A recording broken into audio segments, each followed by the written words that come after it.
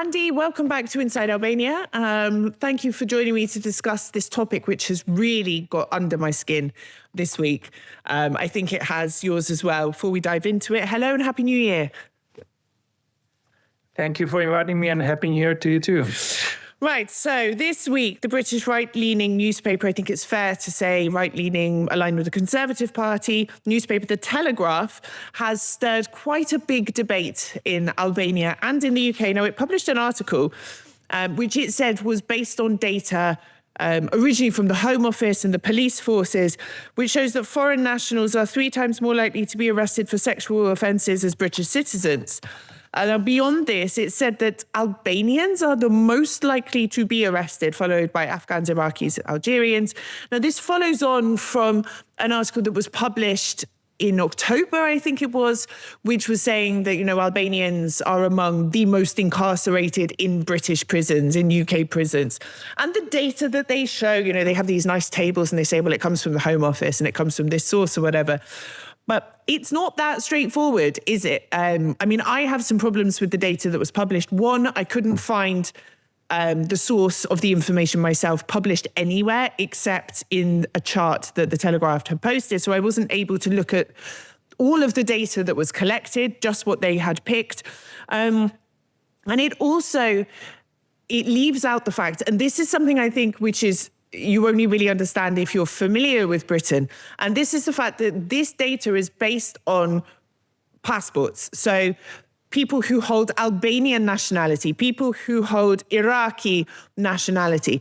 What it doesn't look at is people who are dual citizens or who have lived in the UK and have acquired citizenship through naturalization or marriage, of which there are many. And I believe that if you look at the data through a lens of not just the passport, but the nationality and the country of origin, the data is in fact very, very different. Tells a very different story. That's my 2 cents on it. What do you think? Well, you sort of laid out quite well a number of issues, but to sort of go back to the articles that was published, and it has stirred a major debate in Albania, but also in the UK about the numbers and its interpretation. Now, the article says that it claims that they have published this report by a think tank, which is close to the Conservative as well as the Reform Party. Now, if you go to the website of this think tank, we don't find the full report, so it's very difficult for us to make a comparative study on this. But what I find it quite problematic with this presentation of the information is that it says they've inquired this information from 52 out of 53 police centers. Mm-hmm. And they say that Albanians are likely, so they put the number on emphasis that are likely to conduct sexual assaults, which is the most problematic narrative that I've put out. Now, I had a look at the Office for National Statistics to find out where the sexual assault has happened in 2024, and the top 10 regions are either in Yorkshire, are in Leeds, are in Birmingham, and are in Hull.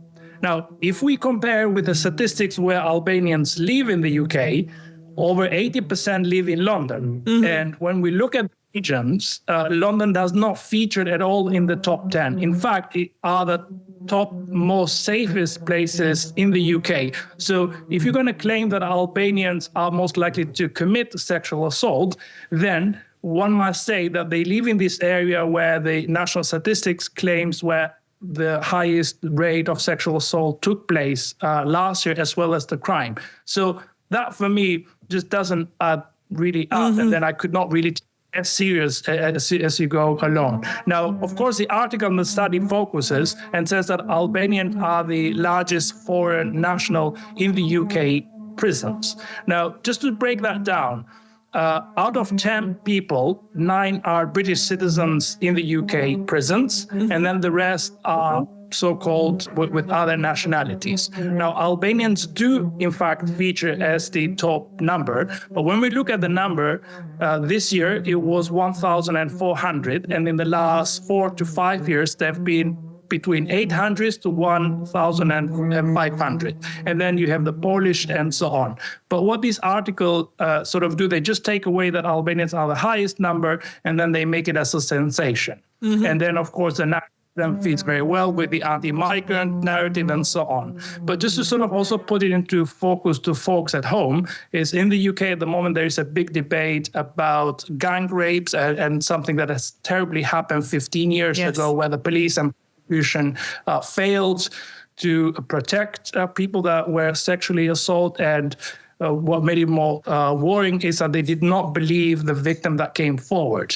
And what they're trying to do sort of is, because the sort of conservative right-wing media have been going after the Albanians, they are trying now to link it with this sort of new narrative that is taking place, that somehow foreigners are engaged in this massive rape gangs in the UK, which is still being investigated, and it's very irresponsible to kind of put different groups into this conversation. The Conservatives are in opposition now, so they're even more viciously going after, this narrative, which is very effective at dividing the population and galvanizing far-right voters, and also using it to attack the left-wing, the centre-left governing party at the moment, which is working in some ways for them. But this is important nuance to note as well, that they're in opposition and they're really trying to get back to where they were before. You were saying about the prevalence of Albanians in prisons.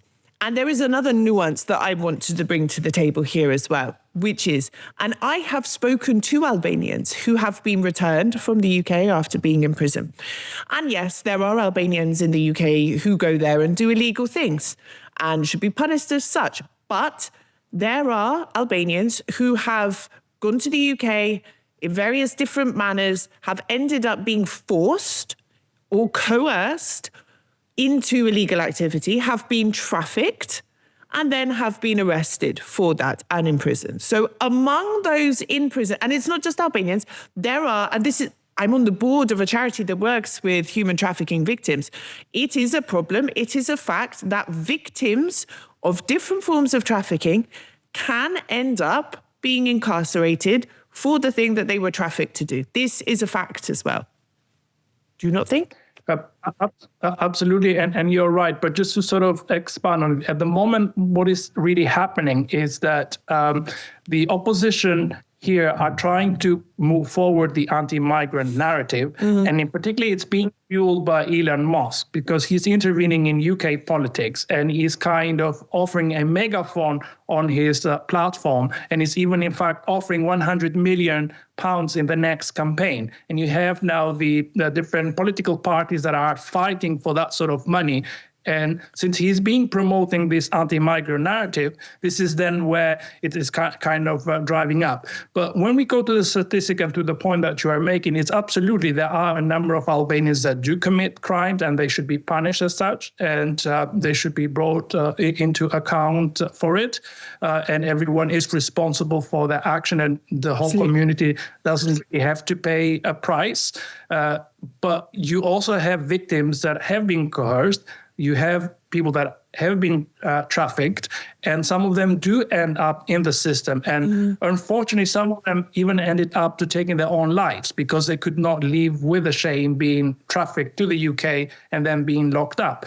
And that unfortunately didn't really resonate a lot in the public discourse, and it was kind of brushed on the side. But I'm really grateful that you're offering the platform that we can actually discuss and raise these issues.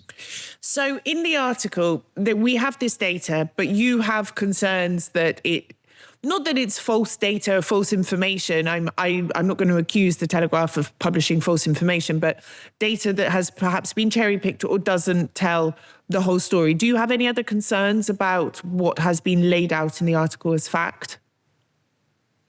Well, what my concern is, it's cherry-picking, And it's kind of putting the narrative that Albanians, because they have been incarcerated in the past and because they have been arrested as such, they are most likely to engage in sexual assault and other crime in the year moving forward.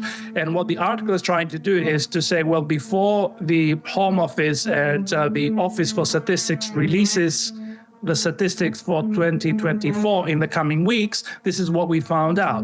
And they are trying to sort of shape that narrative, which is problematic, and that is concerning. And if you look throughout the article, it's very much a position paper. And if you look at it towards the end, they end up by saying that all those that are foreigners, they should return home. So that is concerning, because they are really fueling a negative picture. It also mentioned, and this surprised me a bit, it mentioned, I can't remember exactly the wording, something like they come from places that don't respect women. And like, I think they threw the word Muslim in there somewhere as well, talking about these countries. And I was like, is this an op-ed? Or, you can't say that you don't respect, I was so surprised when I saw that Albanians were supposedly, these perpetrators of mass sexual offences in the UK. Because, as a woman living here, it's the issue of sexual. I'm not saying it doesn't happen. I'm not being naive, but I've been treated with more respect here as a woman, in public, and when it comes to these sort of things, than I was in countries like Malta and Cyprus. I was very surprised to read this. I think there was a lot of opinion woven in with that, like mentioning, they come from countries that don't respect women, and throwing the word Muslim around, which is like waving a red flag to some people. That is also the narrative that the former Home Secretary has portrayed it. And it seems like Albanian, it's very convenient for them to sort of put it into this equation, because they have sort of put this forward, this debate that migrants that come from this country, and particularly those related to the rape gang in so-called the debate that is happening in the UK. The article is sort of claiming, well, actually, there are also Albanians as part of this problem, because this is what our statistics say. So it's very ill-meaning in the way how they are sort of portrayed it. And what is also concerning is that I have reached out to the center, as well as the Telegraph, as well as to the Times, that have reported if we can write a response to it. But so far, I haven't really gotten a response out, because if we really want to engage in this public debate, we should also offer the opportunity to respond. And that just really shows. But we will see if they will come back next week. Did the center reply to you at all? Were you able to get any further information out of them? No, I've put forward an official request to look at the report they're claiming, because if you go into their website, it's not there. We do not see any publication whatsoever. Also checked it, and I put forward an official report if I could have a copy of it, and I haven't heard, although I saw the director of the report talking about it on GP News last night as some sort of revelation that they found out. So just to clarify, the data that is quoted by the Telegraph, you have requested and officially requested a copy of the report that is quoted by the Telegraph, and no one has replied to you. That's absolutely correct. I think that says it all, unfortunately. And it makes me very sad to see Albanians being used as a scapegoat for political games again by my country. It's been 3 years of this now, it makes me quite ashamed to be British sometimes. I think it's a great shame that again sort of bringing in the narrative, but it has resonated, unfortunately, bad with the right-wing voters and with the right media, and it's kind of a convenient example to bring it in. And we can see more or less every single week one of the politicians or the media are bringing Albania as an example, because it kind of fits exactly the narrative that they're doing. Yes. Andy, thank you very much for your time. Please keep me updated if you do receive a response or the right of reply. As you mentioned, I'd be very interested to follow up on it. Thank you again. Indeed. Thank you very much for the invite.